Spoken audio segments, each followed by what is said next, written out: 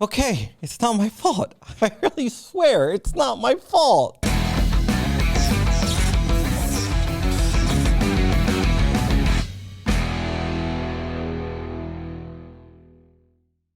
Okay, what is up, Wolverines? It is I, everyone's favorite investigative journalist and heavyweight champion of journalism himself, John Crump. And if you can do me a big favor, like and subscribe and let me know what you think about this story because it is definitely interesting. All right, let me jump right into it. I said that BDU claimed that they had nothing to do with Bosnia. And I still stand by that's what they said.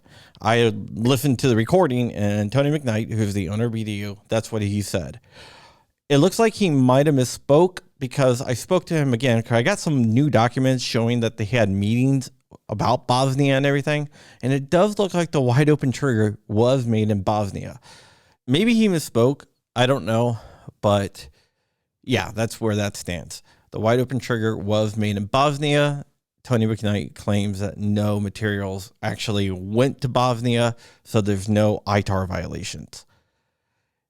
He also said that he had nothing to do with the whole Bosnia thing, but it looked like on April 1st of 2022, he actually had a meeting about Bosnia.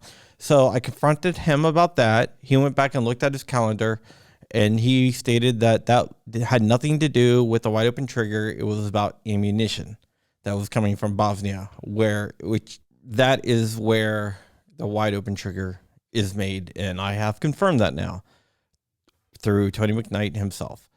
Second, finances. I asked him about being over leveraged, and he pointed to they were expanding a lot, so they are always over leveraged. He used another word that escapes my mind, but it wasn't over leveraged. I asked him about not being able to get a loan. He said that they are switching banks because of the whole anti-gun thing. They were with Bank of America, then they went to a local bank, but they are working with a couple mainstream banks to hopefully have a loan soon, but it's not closed yet, and that will give them operating capital to continue. But he says that they're not in danger of shutting down or running out of money or anything like that. It's just that they're going through the process with a couple big mainstream banks to get that loan for the operating capital.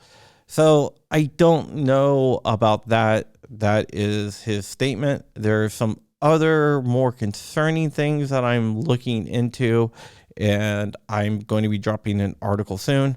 What I might do is dueling articles, like have all the facts laid out, which someone gave me, and they are willing to go on the record now and interview that guy and have all the facts out there, and then interview Tony McKnight with all his responses and just see where things line up and be really factual and just let you guys to decide, because I'm not going to put my opinion on it. I'm not going to put my spin on it.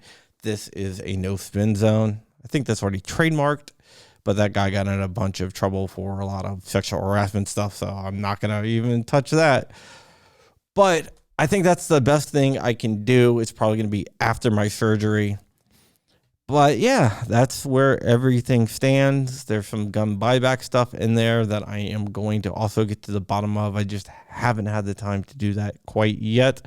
I'm sure we'll be talking in the days to come. He's actually invited me to go down to BDU.